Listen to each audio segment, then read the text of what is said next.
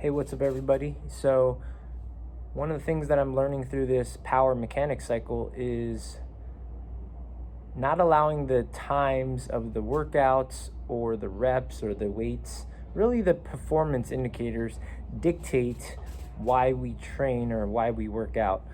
Again, you're not your WOD times, workout times. Don't let those things define you. Don't let the weight on the bar to define you.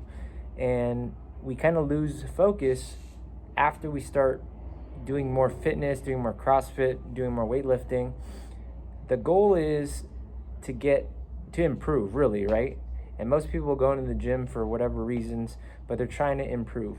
After a while, we kind of fall down into this kind of slippery slope or this rabbit hole of wanting to pace and strategize so that we could get more reps, get faster workout times.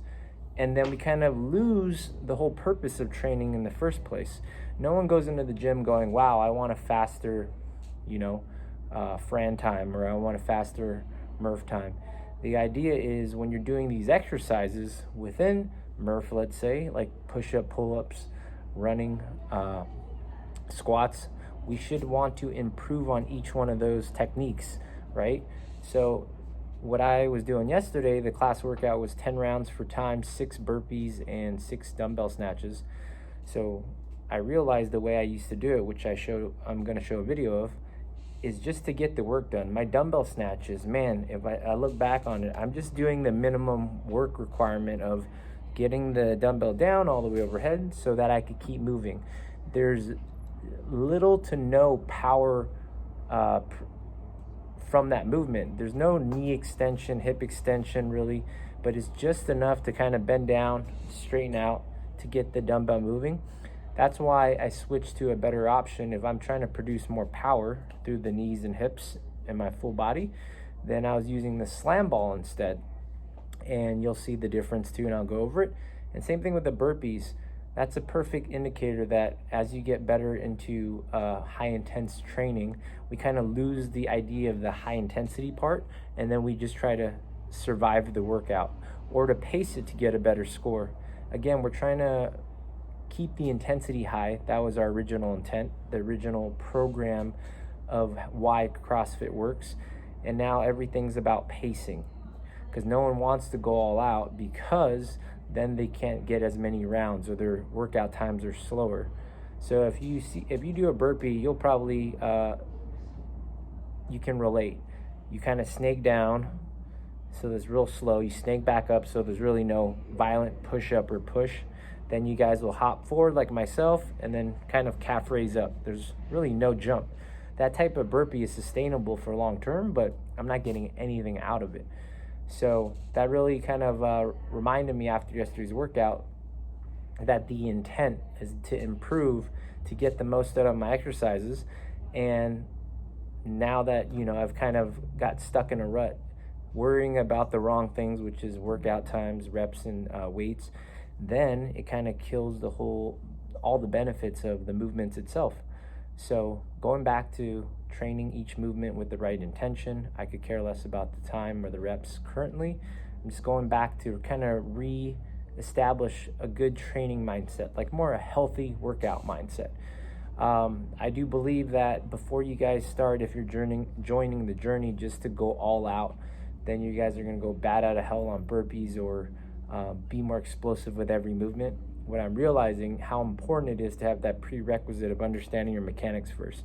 So on the burpees, I was definitely moving faster, pushing off the ground as hard as I can, but I'm still keeping my core, my glutes tight, using my lats to push off so that I don't just hurt myself. Check it out and keep following along. So I did the workout movements as prescribed, how I normally would. So you can see these dumbbell snatches are just moving through the motion. It's one continuous pace. I'm just hinging at the hip, but there's very little power output. There's no intensity. So if you look, I'm just repping it out how I normally would. Then the movements that I'm choosing that are better for me, less impact. But if you look, I can throw as much power into every rep as possible through the knee and hip extension, right? because that ball can just go higher. I'm not limited by the weight or the kind of rules of the game. And then I get all of that power explosion that I'm trying to get, that explosive drive from this D-ball versus the dumbbell snatch. So which one's going to be better for me in the long run? That is. And then so the burpee, this is actually better than normal. I'd probably not jump as high like that. There you go. I'd snake down, snake back up. So it's more of like a rocking motion, one continuous pace, right?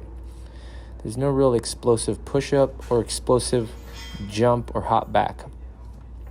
So now look, my hips and my legs don't touch the ground. I'm violently pushing off the ground and then springing up and jumping. So a lot more explosive. So that's how I'm kind of modifying the approach, where I'm still doing the workout. And here's some finish strong drills. The finish strong is always just trying to fix your mechanics or technique, but I'm applying that concept. If I'm just going to move slow, I could keep the right muscles on, but what happens when I add speed? So this is definitely more important. If I just worked on these anchor presses to get my lat and pec and core on, it won't necessarily apply. But if you look, can I still maintain the right mechanics, the right muscles on when I'm driving with some violence, is what I call it, some force.